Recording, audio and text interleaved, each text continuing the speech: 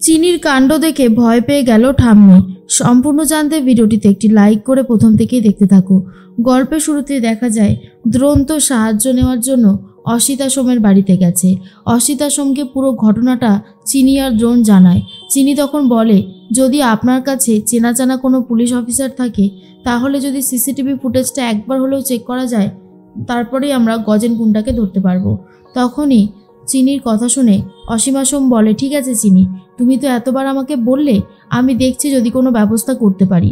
আমি ব্যবস্থা করতে পারলে তোমাকে অবশ্যই জানাবো। তুমি একদম চিন্তা করো না, আমি সবসময় তোমার সাথে আছি। তোমাকে এই বিপদ থেকে আমি বাঁচাবই। এরপরই চিনি আর এখানে দাঁড়াতে চায় না। এরপর বলে, ছোট মালিক, আমাদেরকে বাড়ির দিকে রওনা দিতে হবে। না জানি ওরা আমার বাবার সাথে ঠিক কী করছে। আমি আমার বাবার কাছে যেতে চাই। তখনই দ্রোণ বলে, হ্যাঁ চলো। এই বলেই চিনিকে নিয়ে বেরিয়ে যায়।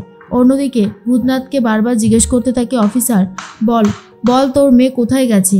তখন ভূতনাথ বলে, আমি সত্যি জানি না যে আমার মেয়ে কোথায়, তাহলে তো আমি বলেই দিতাম, তাই না? অফিসার বলে, একদম ভুলভাল কথা বলবি না, তাহলে কিন্তু তোর কপালে দুঃখ আছে। বল সবটা। কিন্তু ভূতনাথ জানেই না, আর ভূতনাথ বলতেও চায় না। তার মধ্যেই সুনয়নী একটা প্ল্যান করে।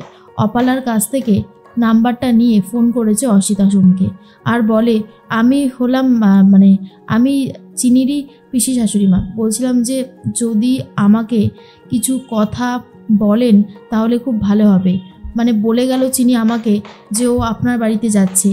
আপনার বাড়ি থেকে কি ও বেরিয়ে গেছে? কায়দা করে কথাটা জিজ্ঞেস করে।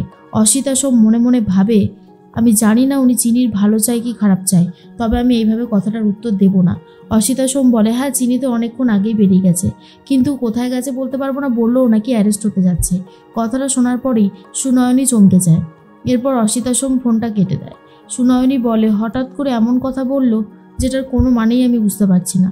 চিনি নাকি অ্যারেস্ট হতে আসবে নিজে নিজে? এটাও কি সম্ভব? না, কোথাও তো একটা গণ্ডগোল লাগছে, আর সেই ভালো রকমেরই গণ্ডগোল লাগছে।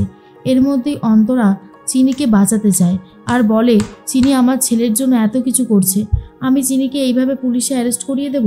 এটা হতে পারে না। তার মধ্যেই সুনয়নী এসে বলে, চিনি অসিতা সোমের বাড়িতে গেছিল, সেখান থেকে নাকি অ্যারেস্ট হওয়ার জন্য ফিরছে, কি জানি কি হবে। অন্তরা বলে, না না, চিনি ফিরতে পারে না, আমি চিনিকে বাঁচাবো, চিনির জন্য আমি একটা লয়ার ঠিক করব।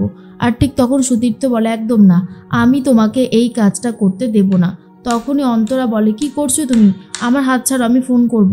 কিন্তু সুতীর্থ তখনই ঠাস করে চড় মারতে যায় অন্তরাকে, আর তার মধ্যেই চিনি এসে হাত ধরে নেয়। বলে, আপনি আমার মায়ের গায়ে হাত তুলতে পারেন না। মা তুমি চিন্তা করুন, আমি এসে গেছি। এরপর দ্রোণ চিৎকার করে বলে, বাবা, তোমার এই কাজের জন্য আমি তোমাকে কখনো ক্ষমা করব না, কখনো না।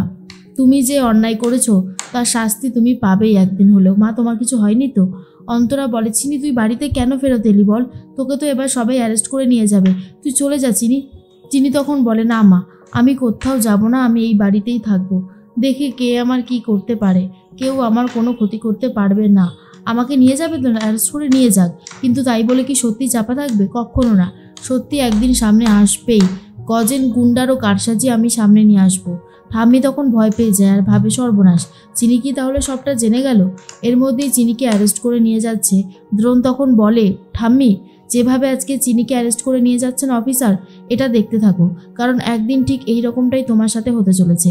শুনেই তো ঠাম্মি ভয় পায় আর বলে, দাদুভাই এত কনফিডেন্স সহকারে বলছে কি করে? তাহলে কি ওরা সবটা জেনে গেল? এরপর চিনিকে অ্যারেস্ট করে নিয়ে যেতেই ভূতনাথও ভেঙে পড়েছে কান্নায়।